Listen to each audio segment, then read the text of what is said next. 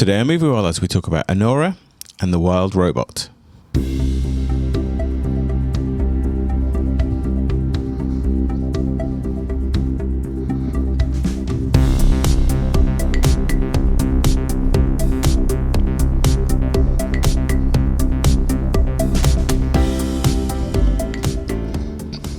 It's time for Moviewallas. Hi, this is Jeff. Hi, it's Rashmi. And Yazdi as well. Moviewallas is your weekly dose of film reviews, movie news, and general banter in theatres, on DVD, online streaming, or in the back of an airplane. If you love the movies, this show is for you. Although it's not weekly. It hasn't been weekly for a while. Has it ever been weekly? Yes, Kind of. course. It was weekly for a while. Yeah, but we kind of do our We own. had a bit of a hiatus. We had a huge hiatus. Should we talk about our hiatus? Sure. We were jailed together.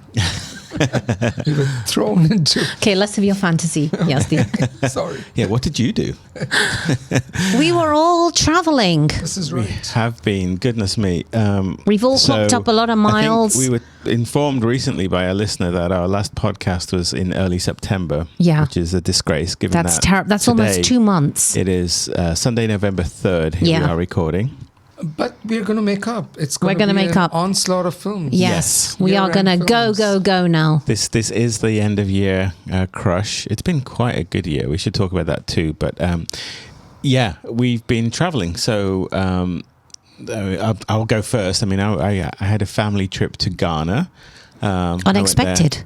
Well, kind of unexpected, yeah. It popped up in August when my dad decided that he wanted to go to Ghana, in part to see his elderly brother, my dear Uncle John, who is 95. Oh. And I decided that, despite it being a horrible time with work and the whole year having been planned out with time off, that I couldn't miss the opportunity to see my Uncle John. He's 95. We won't always have him. And it was a wonderful trip, reconnecting with family and cousins. So, yes, that was my trip. That was a good 10, 12-day chunk of my time. And the thing about all of our trips was they weren't concurrent. There was no overlap. We kind of... Well, a little bit. Few days. A little bit, but yeah, Rashmi, where did you go? I had a delightful visit to Greece for work, which again was unexpected, planned at short notice, and then a trip back to the East Coast. I think that was me. Yeah. Yep, non-concurrent with me. So, because we didn't see each other for like 3.5 weeks or something like that. It was crazy. Because as you were coming back from Greece, I was leaving to Ghana. Yeah. And then Yazdi, you also had some travels. I was gone for a little more than 2 weeks with my family, my sister and nieces. We all traveled around in many a train in Europe, particularly in Switzerland and a little bit of Italy, and it was wonderful. And the pictures looked amazing. Thank you to your nieces, not to Yazdi. Yes, I'm not 20-year-old. I don't post on post on Instagram as much as I should. It's true. This is true. Yes. So yes, so that's kind of the reason for the that we've just not been together. Like that's the truth of it. We've been like running around the planet, and finally glad to get back catching into up the on groove. iPads. We have, Yeah, yes. watching lots of series, literally guzzling down series of things. Yes. Yeah, I got caught up on a lot of movies I hadn't seen in the last year. Same. While I was traveling, so it was great. I'm just going to adjust your microphone. Yes, you carry on talking. Okay. Yeah. So yeah, what I know, Rashmi, you've been binging lots of stuff. I binged Love is fact, Blind season 7. Should we pivot to our our segment? Recommendations. Sure. I can't find anything to watch on video on demand segment. And, Sure. and this is our segment where not only do we tell you what we've been watching, but we tell you what we think you should watch based on what we've been watching. Oh, no, well, we try and focus on what you should be watching. Yeah. Just on stuff that we've found on streaming, or maybe something we've seen in the cinema a while ago that now has a streaming release, or just something that we think if you haven't watched, you should watch. So this is our recommendation. So I binge watched Love is Blind season 7, which I wouldn't recommend. But you know, I'm the Love is Blind. I came to the Love is Blind party very, very late. I came in at season 6 and had to watch, 5 more seasons before it. But season 7 wasn't half as good as the others, I would say. So don't watch that. And then I also, because of my niece, who got me hooked onto The Resident. And The Resident is a show kind of you like did tell me this. ER ish. It's in an emergency room in a hospital in Atlanta, and it has Matt Zuckery in it along with Emily Vanderkamp, and it's a really good show. Each episode is about 38 to 45 minutes, and it's the usual hospital drama, but it's very, very good. So I have been binge watching The Resident. But my actual recommendation for Netflix was going to be... So that's not recommended? I was just telling you what I've been watching on the plane. Would you recommend it? The Resident? Yeah. Absolutely. Okay. It's very, very good. It's very, very easy. It's empty calories, Would I but it's like good. it? Yeah, it's a good hospital drama. All right. Yes, have you seen it? I have not. But It's good. It's at like season 6 already. Really? Yeah. Okay. I made it to the end of season 2. I'm almost at season 3. I think those shows write themselves, and I'm not giving them flack. I mean, they are very well researched and done, but there is no drama like drama in a hospital, right? Exactly. With people, like, no, seriously, And like, diseases. and disease and life and death, and so it just makes for very compelling. Yeah, and it's got a lot of good like clinical trial stuff in it and stuff that's very close to our hearts, which makes it kind of interesting. It's great, and it's got a good cast. So, I would recommend The Resident if you're looking for a show. But I actually watched the documentary Will and Harper, which is the documentary that Will Ferrell made when he got a surprising email from one of his friends, and it's actually his kind of partner that he's been working with for 30 years, Wow. comedy writer, and basically his partner wrote to him and said over COVID he was transitioning to become a woman. And so his friend became Harper Steele. And so they decided to take a road trip across America. And it's absolutely delightful. It's a really nice documentary. It's not Will Ferrell as we know him almost filling space, which I think Will Ferrell does really well, or improv. It's just the two of them kind of reconnecting as like seeing what their friendship would be like now that Harper is a woman. And how America will respond to him as a transgender person. Okay. So it's quite delightful. It's very good, and what I like about it is there's almost no chest beating. It's not trying to jam any political views. Yeah. It's just about the two of them traveling and their experiences as they go through these different towns. It's actually pretty good. Once it takes off, for me it took a while for them to kind of get on the road trip because there's a lot of prefacing, but once it gets on there, it's a lot of fun. So that's on Netflix. Cool. Okay. Yesti, what you got?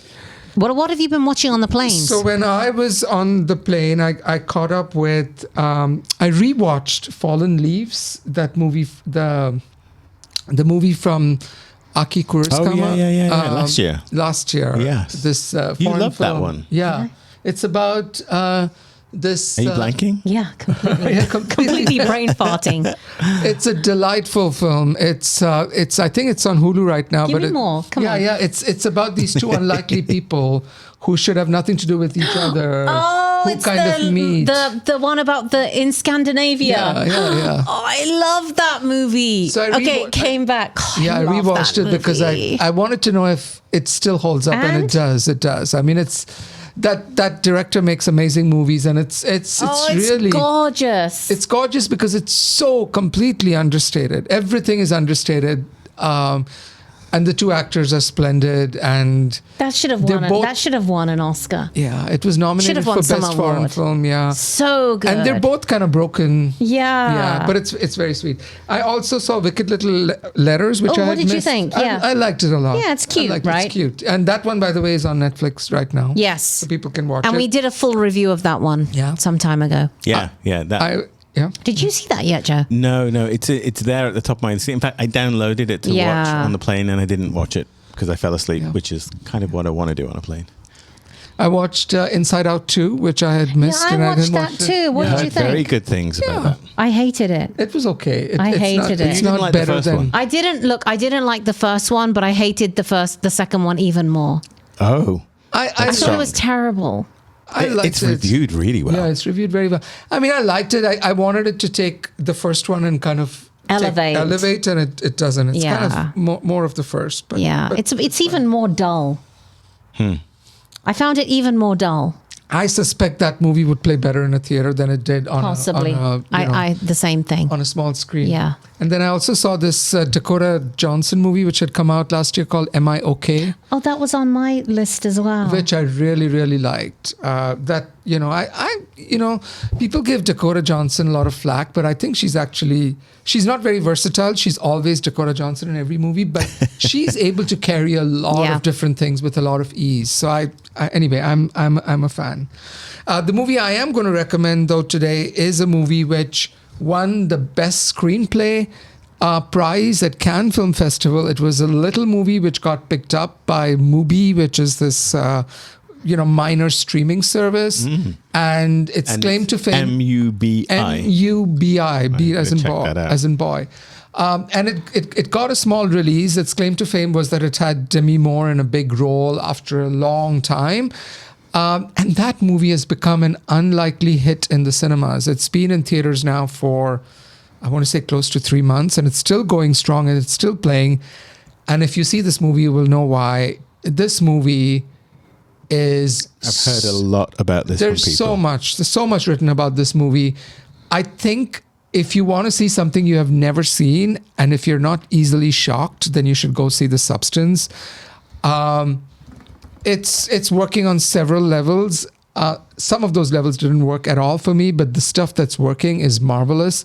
The premise of the movie is Demi Moore plays an aging Hollywood actress, as she is now. A little meta. A little meta, and her show on television gets cancelled because the big honchos decide that she's too old. She's not hot enough. And in the meanwhile, she finds out about this experimental treatment through which a younger version of you can emerge from you and live your life for 7 days, and then you have to flip back to your old version, and then back to the new, back to the front, and then things don't go as planned. I'll leave it as that. It's a wonderful, wonderful concept. This particular filmmaker, she's a French filmmaker. She believes in the kitchen sink approach. So everything is dialed up to a 10 or 11. Watch the movie for the queasiness it will invoke in you, because the body horror is like 14 out of 10. It's just amazing, because the new version of you that comes out literally is birthed by the back of your spine breaking out and the new person coming out of it. By most people who have seen this, they will all agree that the last half an hour of the movie are just too much. It just goes to Mars and beyond. It just gets so weird. I didn't care for one aspect of the movie, which is that it keeps hammering the same point about Hollywood doesn't treat aging women well again and again and again, and it becomes tiresome. But I think The Substance is going to win a few Oscars, and I do mention Oscars, for best makeup, for best special effects, for best production design. The movie's set in contemporary times, but it looks like 80s. It has a very pop 80s kind of feel to it. And, Demi Moore, bless her heart. I mean, she is 62, but she plays a 52-year-old. And she goes hand in hand with this filmmaker and jumps off the cliff with her. I mean, she is just completely without inhibition. Wow. Margaret Qualley, who we love. We love, plays the younger version of her. The Maid, from The Maid, from The Maid. So she plays the younger version of Demi Moore, and she's brilliant as well. So don't watch this with your kids. Don't watch this with grandma, grandpa. And don't come after me, because the movie is a lot. It really is a lot. But if you want movies which shock you, amaze you, frustrate you, then The Substance is for you. And there's a reason why the movie is done well commercially. Okay, nice. Joe, what have you been watching? So I caught up on a lot of YouTube, which is what I tend to do when I'm on a plane and I don't really want to watch anything actively. So if you have a paid YouTube account, I don't know if people know this, but if you pay for YouTube Premium, you can actually download content to your device and watch it without a Wi-Fi connection, which works really well. So me being the YouTube junkie that I kind of am, I did a lot of that. But caught up on a couple of episodes of Formula One. yawn, boring. We've talked about that a lot. Discovered a show called How to Get Rich, which I quite like. There's a guy who wrote a book, I Will Teach You to Be Rich. Wait, you wrote a book called How to Be Rich? He wrote a book called I Will Teach You to Be Rich. If Joe wrote that book, I was like, I haven't seen it. If I wrote that book, I wouldn't be doing this podcast. Yeah. Well, I probably would be doing this podcast. Yeah, actually, I full wouldn't be time. doing my day job, but I would be doing this podcast. So that's kind of fun. It's all about psychology of money and couples battling over stuff, but it's one of those low calorie reality stuff. It's kind of like Super Nanny, but for parents who. Yeah, Joe insisted I watch it, and so we've watched like 3 episodes together. Yeah, it's very easy. It's very easy to watch. But the thing that I did watch when I got back on Netflix, which will be my pick, is the Menendez Brothers. Now, this is the documentary version. I believe that there is a live-action narrative starring, I think... 8 episodes, 6 to 8 episodes, I think. Yeah, so I haven't gotten to that version yet. And I think Javier Bardem is in it, and... couple of other lots of people. But what we did watch was the Menendez Brothers crime documentary movie, and here's what I'll say. I mean, goodness me. So I mean, everyone's heard of these guys, right? Infamously, they were accused of murdering their parents in the late 1980s, or maybe even the early 90s. The whole world kind of focused in. This is one of the first live kind of broadcast court dramas, and the whole story was, these 2 Playboy kids from Beverly Hills murdered their parents to kind of access their wealth and inherit their wealth, and they lived this large life for several months actually before being arrested, and everyone kind of couldn't understand their behavior. They were acting like playboys. They bought fancy cars and went on crazy vacations. And so obviously the world condemned them, and the court case played out. They were not found guilty initially, but they were found guilty in a subsequent retrial of the case. And they have since spent their lives in jail. So I didn't know the details of the story, but I thought like everyone else, these guys guilty as charged and in jail and incarcerated for good reason. This documentary uncovers a lot of the story that led up to the murders and things that I hadn't been aware of, and I didn't follow the court case, but it talks a lot about how society has... and again, this isn't particularly spoiler territory, but there's a background of abuse of both of these brothers that I was not aware of. I hadn't followed the case at the time. We were living in the UK, and we didn't kind of follow the play-by-play of the. It was a big thing when it happened. Trial. Yeah, it was a huge deal. Yeah, and it came after the OJ. Well, the problem that they had was that the second trial that they had, the retrial, was. Followed the O.J. Simpson acquittal, and one of the things that is alluded to here is that that had an impact on the LA district attorney wanting to get a conviction in a high-profile case, which may have affected their second trial, and certainly they present evidence towards that. But anyway, this really is it's actually quite an upsetting watch, because I think any of these kind of themes are very upsetting when you kind of look at if what this documentary portrays has any truth to it, and I certainly feel that it has. Then there's been a huge there's no denial that they murdered their parents, but the circumstances were really downplayed and misrepresented, I think, in the public eye, and I think this movie goes a long way to correct that. So a very compelling watch for me. It was actually deeply upsetting. I couldn't shake it for 2 or 3 days afterwards. This kind of thing makes me very, very angry. That was very powerful. Yeah, a lot of people are giving credit to Ryan Murphy. He did Nip Tuck, and he did a whole bunch of Glee and all of these shows, and he's made a fully serialized version. It's called Monsters, and it has Javier Bardem and Chloe Sevigny, Molly Ringwald is in it. But last I'd heard that the LA District Attorney independently is reopening the case, or they were going to pass. I think it's something to do with TikTok. Yeah. So seemingly, again, we haven't done a whole lot of homework, but do you use TikTok?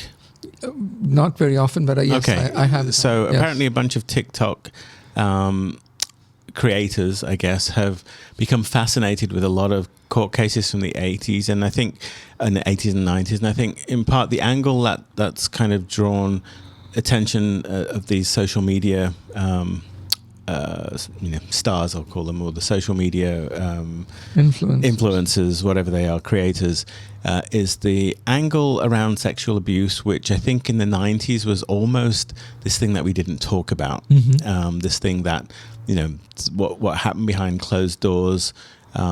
They were dismissed as this was some sort of fabrication that was being used to get them off. And so the TikTok sphere, I guess, has gotten very into the facts of the case. And because times have changed, and because, in the early 2000s, we began to accept that it was possible for these types of things to happen behind closed doors, whereas before it wasn't discussed. They've been really pushing hard as trying to have an influence on society, I guess, to kind of get the facts of this scene reevaluated, the facts of this case reevaluated. So, yeah, I think TikTok, social media, whatever it is, Kim Kardashian. I have lots of opinions about all of this stuff, but I guess there can be some good if suddenly a critical mass of people kind of draw attention to something, kind of like the Serial podcast, where a case gets re-examined. Yeah, and the guy got off. So spoiler.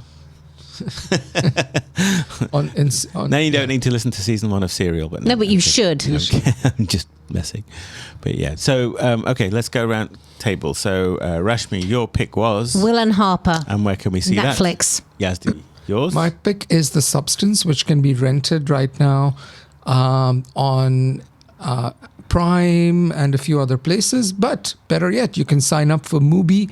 MUBI.com, and it'll be free. By the way, you have 7 days free on Mubi when you start, and then it's $10.99 a month as well. I know nobody wants to, sign up for yet another streaming service, but they do have the 7-day free trial period, which may be worth your time if you're going to check out do they The have Substance. the other stuff? They have lots of other small independent movies, documentaries, foreign films, etc., shorts, cool, etc. Yeah, we shall check it out. Yeah, we will do some homework on your behalf. And then my pick was the Menendez Brothers on Netflix, the documentary version, but I'm assuming that Monsters may also be worth a watch as well. Okay, let's jump in. We have a couple of movies to talk about. We've got Anora and we have The Wild Robot. Shall we start with something sweet and then go into something... They're both sweet. Let's do Anora. All right. Then let's begin with Anora. And Rashmi, I know you haven't seen this one yet. Yep. So I'm dying to hear. Intro? I am. Okay. So Anora, a young sex worker from Brooklyn, meets and impulsively marries the son of an oligarch. Once the news reaches Russia, her fairy tale is threatened as his parents set out for New York to get the marriage annulled. So this is directed and written by Sean Baker. Yes, that's Sean Baker who did Tangerine and Red Rocket and the Florida Project, which has garnered a lot of award recognition, and it stars Mikey Madison, Paul Weissman, Lindsay Normington, amongst a whole host of others, fairly unknowns, I think. I didn't watch this one. I really wanted to watch this, but I think I was traveling at that stage. So Yazdi and Joe, should I rush out and see this one? Yazdi. Take it away, Yazdi. Yeah, I think you should. So I think... as you mentioned, this particular filmmaker, Sean Baker, he's not my favorite filmmaker, and we'll talk more about it. But he burst onto the scene with this movie which was filmed on an iPhone. It was Tangerine, and then he made the Florida Project, and that was also about sex workers. It was also about sex workers. Yeah. He has a thing about young women, nudity. There are a lot of continuing themes through all of his movies. But I think he really establishes himself as a true filmmaker who just did not have the right resources until now. To me, it seems like everything he's done is a natural progression to Anora. This is the big, glitzy, reasonably well-financed movie that won the Palme d'Or at Cannes this year. This is a very atypical movie to win the top prize at Cannes. But I think he has been working his whole career to this particular movie. It's an absolute trip. The movie reminded me more than anything else of the Safdie brothers. Oh, I this love movie the has Safdie I can't brothers. believe you said that, because that's exactly what I said to the press person. Carry on. Yeah, this is like uncut this gems for looks- strippers, right? This is what it is. It's This is right up my street then. So it's an absolute trip. The whole movie plays like a caper, and it kind of juggles a lot of different tones. But it kind of, for me, recognizes that for all of his weirdnesses, Sean Baker is a force to be reckoned with. I think Yeah. we're going to be hearing a lot about this movie as the year ends. Joe. Yeah, I mean, really all the same things. I'm going to repeat the things that you said. Sean Baker's movies, Tangerine, I think was very famously shot on an iPhone. They have this kind of guerrilla filmmaker quality to them, where, the Florida Project again, which was a movie that I didn't care for Tangerine, but the Florida Project was fabulous. Really gave me And a sense Willem of. Dafoe won the best He was supporting nominated actor, didn't for Best he? Supporting Actor. I thought- yeah. He was Yeah. highly celebrated for Yeah. sure, but there was a sense of place about the Florida Project, and the sense of an underworld that we, weren't really exposed to, that I feel like I know very well as a consequence of that movie, and this takes us into another world, which is a world of sex workers and strippers. High end.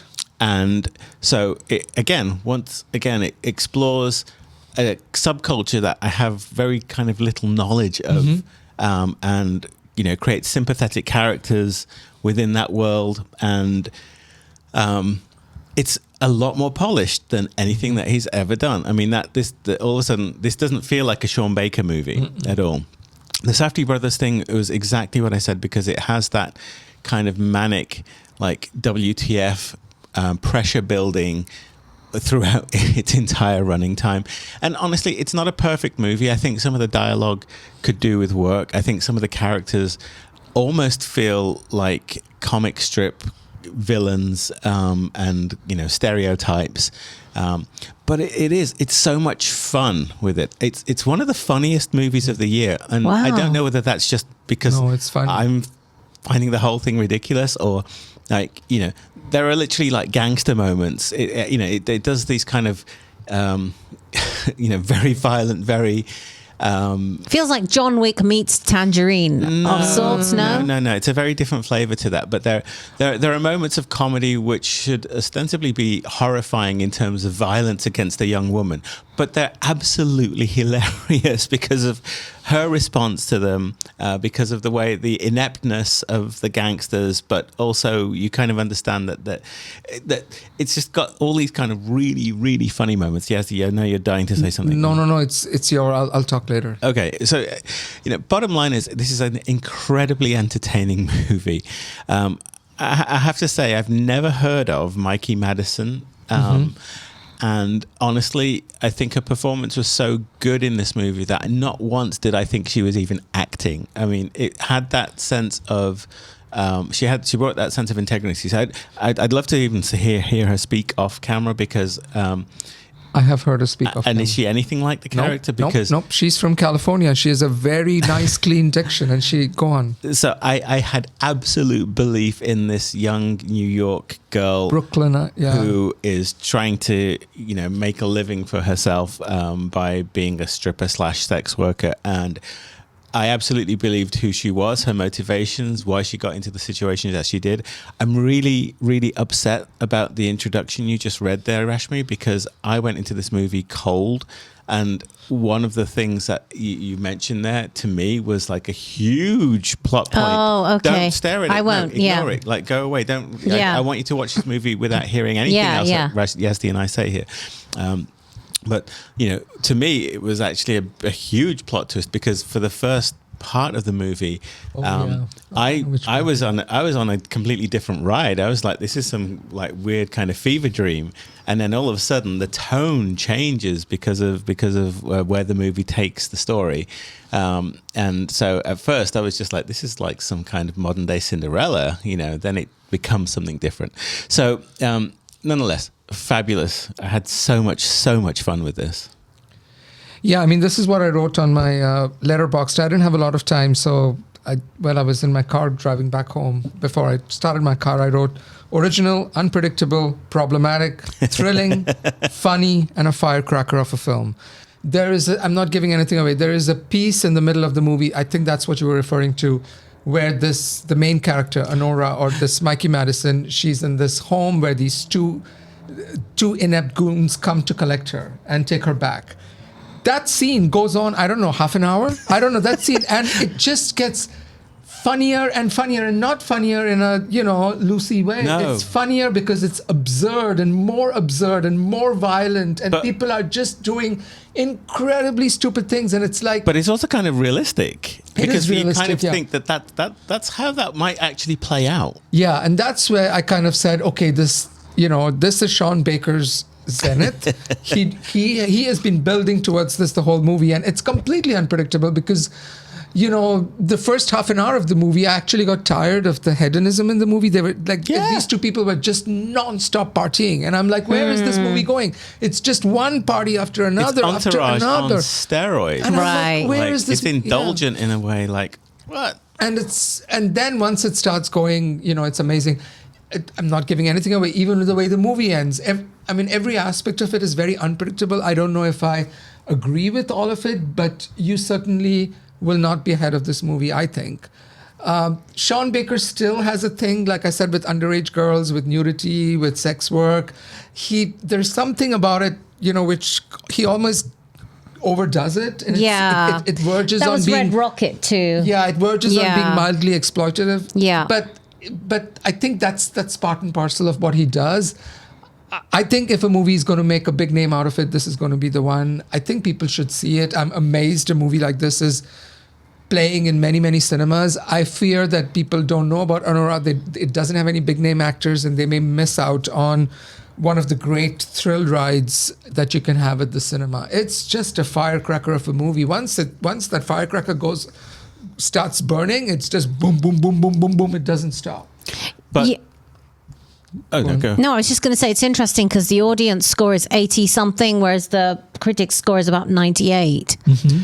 So it seems to be doing better with the critics, but interesting. But I think still that's very well with both groups. I mean, let's it's a very good score. Yeah. Let's not be too kind of down on an 85% score. I mean, I think there's a reason for that. And 84 versus 98. Yeah. It is. It's really long. Right. And yes. At one point, it actually feels long. And I mean, one of my pet hates is people who look at their watches in the middle of movies. And I found myself looking at my watch on 2 or 3 occasions, not because the movie wasn't entertaining, but because I'd felt like I'd spent a day in the movie theater. Well, I felt like I'd spent a month in the presence of these people. I mean, the first act is a movie within of itself. Yeah, it's 2 hours and 20 minutes, but 2 hours 19. The first act is actually exhausting. Yeah. I mean, it gets to a point where you're like, okay, where to now? Because like this is the story. It's literally like, I don't know, 10 or 15 partying. These two characters are partying one thing after another. I'm like, it's like, okay, we get it. We get it. Yeah. Where is it going? But okay. But I think I know. It's necessary. Yes. To have all of that to understand everybody's reactions to what happens afterwards. Yeah, and I think it's deliberately intended to exhaust us as well. I mean, But anyway. So scores. Really? Okay. Yeah.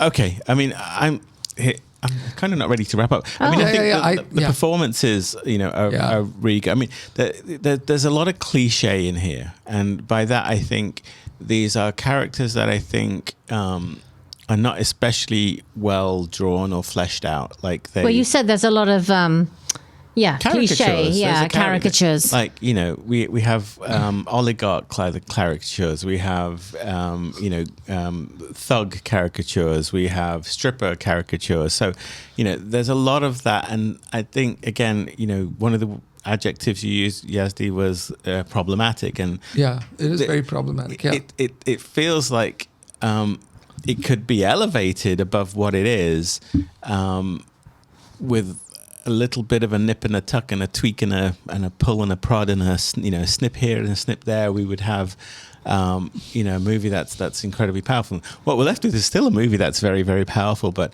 I feel like by amping everything up in the way that it's been done, you kind of take a little bit away from what it could have been. One question for you, Yazdi, and all I want from you is a yes or no answer, and did the ending work for you? Not in the moment, but okay. in now that I'm thinking about it, I'm okay with it. Yes or no was the request. Oh, no. Then no. Okay. Did the ending work for me in the moment? No. Okay. Yeah, because I can see why that might cause some debate. Did it work for you? It did. Okay. It did. And so... I'm intrigued now. Well, I mean, it didn't... Anyway, it's hard to talk. It didn't offend me. It was just not what I expected. Go on. And it wasn't what I expected either. Yeah. But as I left the movie theater and I embarked upon the drive home, it sunk deeper Same. and deeper and deeper Same. into my kind of psyche. And then I was like, that was quite that was effective. Right. It did what it set out to do, and I'm like, damn it, that was. Yeah. I didn't feel like that in the very second, but on the drive home, boom, there it was. Yeah. So sorry, we're talking in riddles here, but we don't want to spoil it for people. The acting is amazing. This Mikey Madison, again, he worked with in Florida Project. He worked with this at that the time unknown, Instagram the Instagram star, So here again, he's working with somebody who's done. Mikey Madison has been in a lot of television shows and so forth. I think this is a big breakthrough scene. I think it's hard to make a case that she should not be considered for end of year, awards. The Gotham Awards just came out with nominations for Best Movie of the Year. I'm sorry, for Best Movie, Best Everything, and Mikey Madison has clinched, a Best Actor award. So they have a combined male and female. Surprisingly, the actor who plays her best friend at the strip joint, she also got nominated for Best Supporting Actor. I didn't even remember her in the movie. I think the person who plays the son of the oligarch, he was a bit of a caricature until he was not. Yeah. So I was kind of annoyed with his character. Like, come on, we've seen this. He felt like Borat to me. He felt like Borat, for the first 10 minutes of his on-screen presence. I was like, what? Right. Like is somebody pulling my chain here? Yeah. But then I think. Anyway, I won't give anything away. I also want to comment on the fact that I don't remember this. Maybe this has been in all of Sean Baker's movies, but there are long takes in this movie. Yes. We're not going to talk about the ending, but the best I can tell, that thing is shot. It's 3 or 4 minutes long. It's a single take. Yeah.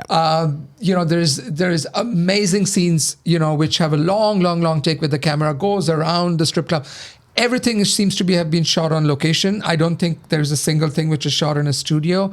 So the hard work, the complexity, the logistics of staging all of this. I mean, and you're absolutely right. Some of it just feels like slapstick, right? Because you're going so hard for the comedy, it feels like slapstick.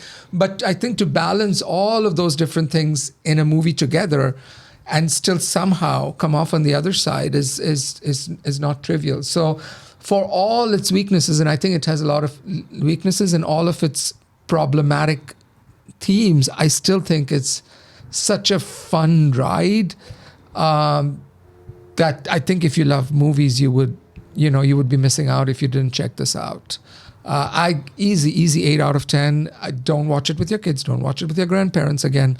But this is a very adult film, but it's such a ride. I think, by the way, if Sean Baker gets any awards for anything, he really ought to thank the Safdie brothers. I saw a lot of, especially uncut gems in the movie. Yeah. It's the chaos and it's the way the pressure builds, right? Yeah. And I think those two feelings are very much Safdie brother type. It was not uncut. For me, it's the other way around. It's a good time, I think. More so good time. I felt more like this was more like good time than it was uncut gems. But the chaos, the absurdity of some moments and the way it all builds.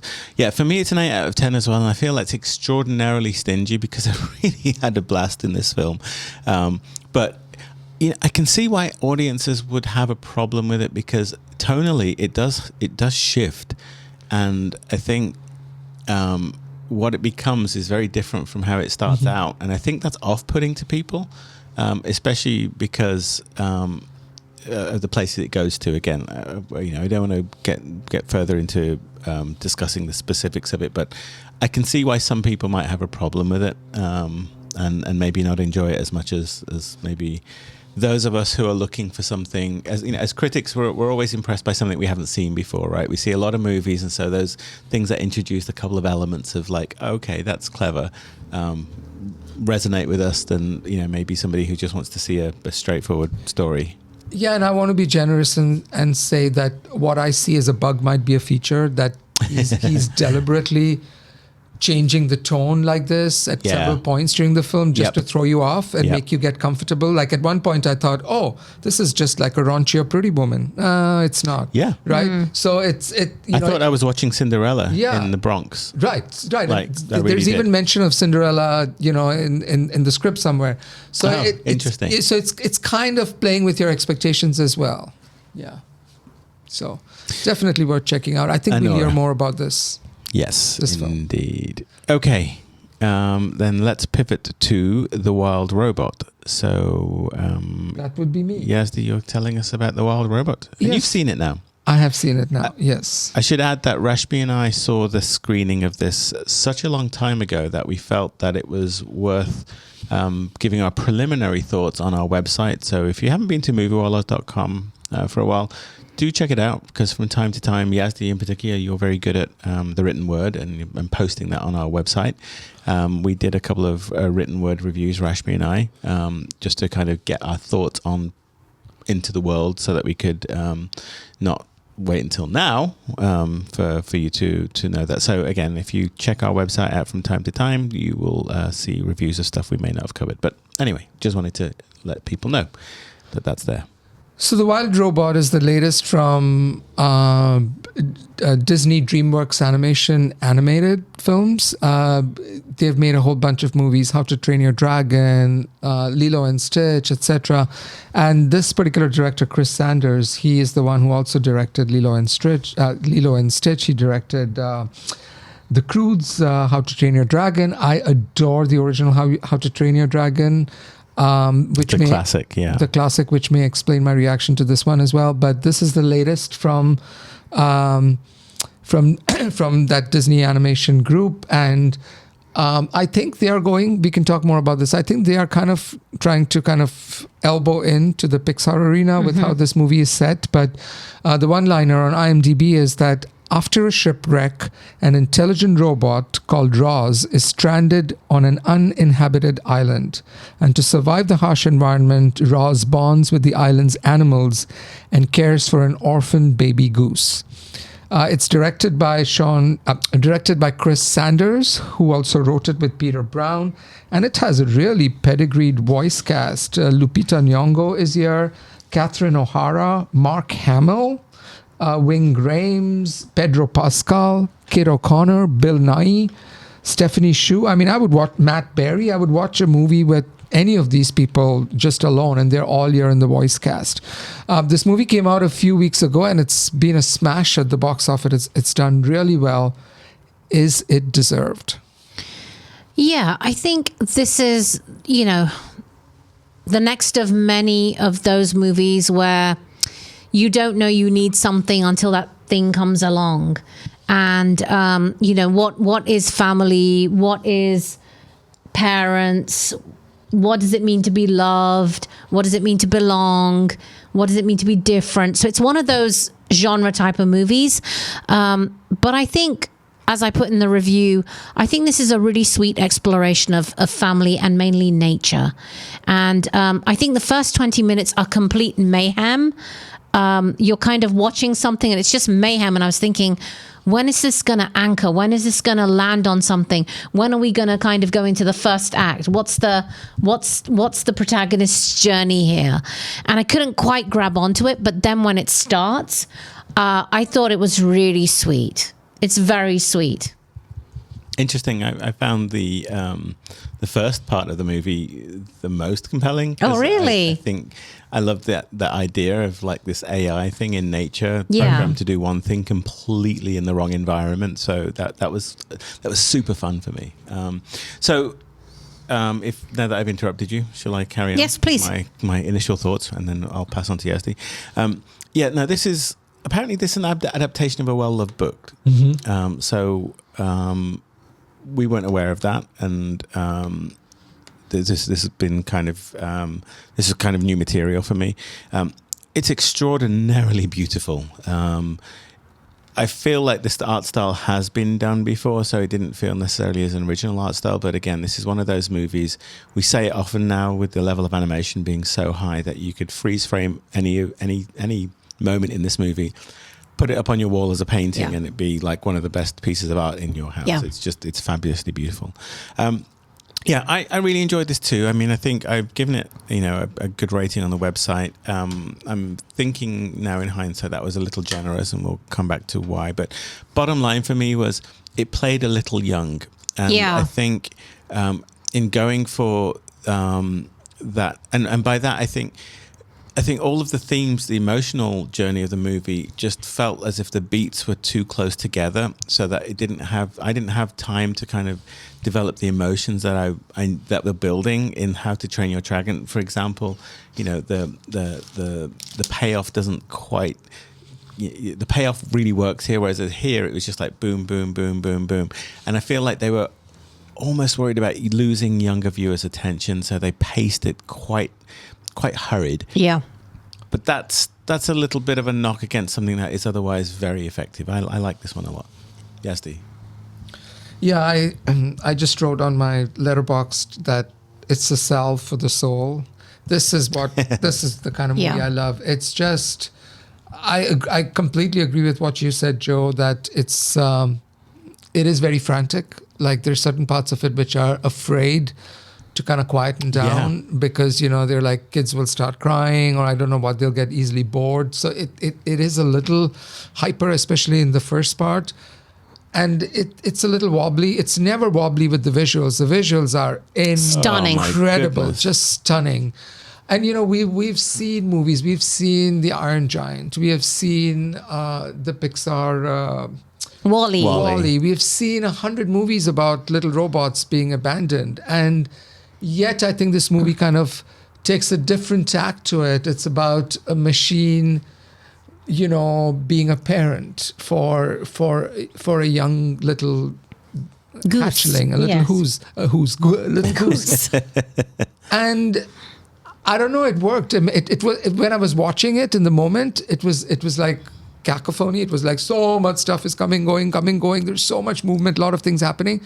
But then once it got towards the end and I let it all sink in, then I was in tears. I was close to tears. Me it was too. Very, very emotional. My eyes leaked a little bit. It was very emotional for me. And I think, I think every movie tries to go for the big themes about family and identity and fitting in and even having a disability and all of this stuff, but to carry it out meaningfully and not feel like patronizing or cheap or, saying the obvious. I think that takes a lot. And maybe a lot of it rests at the feet of these amazing, amazing voice actors.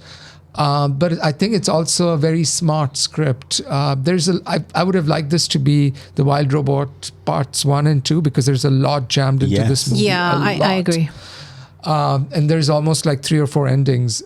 But be that as it may, I just came out of the movie and then, I came back home and had a cup of tea and I just felt like, okay, this is what I need right now. I need a movie like this which reassures me that the good things are still important. The way we are right now, I don't know, it was just what I needed. I really love this movie. Well, I love the fact that it explores, here are the rules and sometimes you have to go against the rules. Mm-hmm. Right? That's a big thing. I think that's a big theme in the movie. Like, this is the way you're supposed to do things. And actually, there are alternative ways. Yeah. That's something that really resonated with me. Anything else? No, I mean, I think I've said my piece. I mean, I think, like I say, the movie is effortlessly charming. And I think it has that, it does that thing that the great kids movies do, which is the kids are going to see one movie, like the younger children. I would happily take, our 5-6 year old niece to this. Yeah. Because I think there's just enough mayhem and Colour. visual and things happening for her to have a good time, even though I don't necessarily think that she would see the same movie that I did, Right. which was the one about nurturing and caring and you know, all the things Belonging, you know, she would still have a wonderful time of it. So, you know, it has that breadth of accessibility, and that's not easy to do. Yeah. I don't think that's easy to do. But again, we probably would have watched, if I'd taken her, we would have probably watched very different movies. Yeah. So sum up.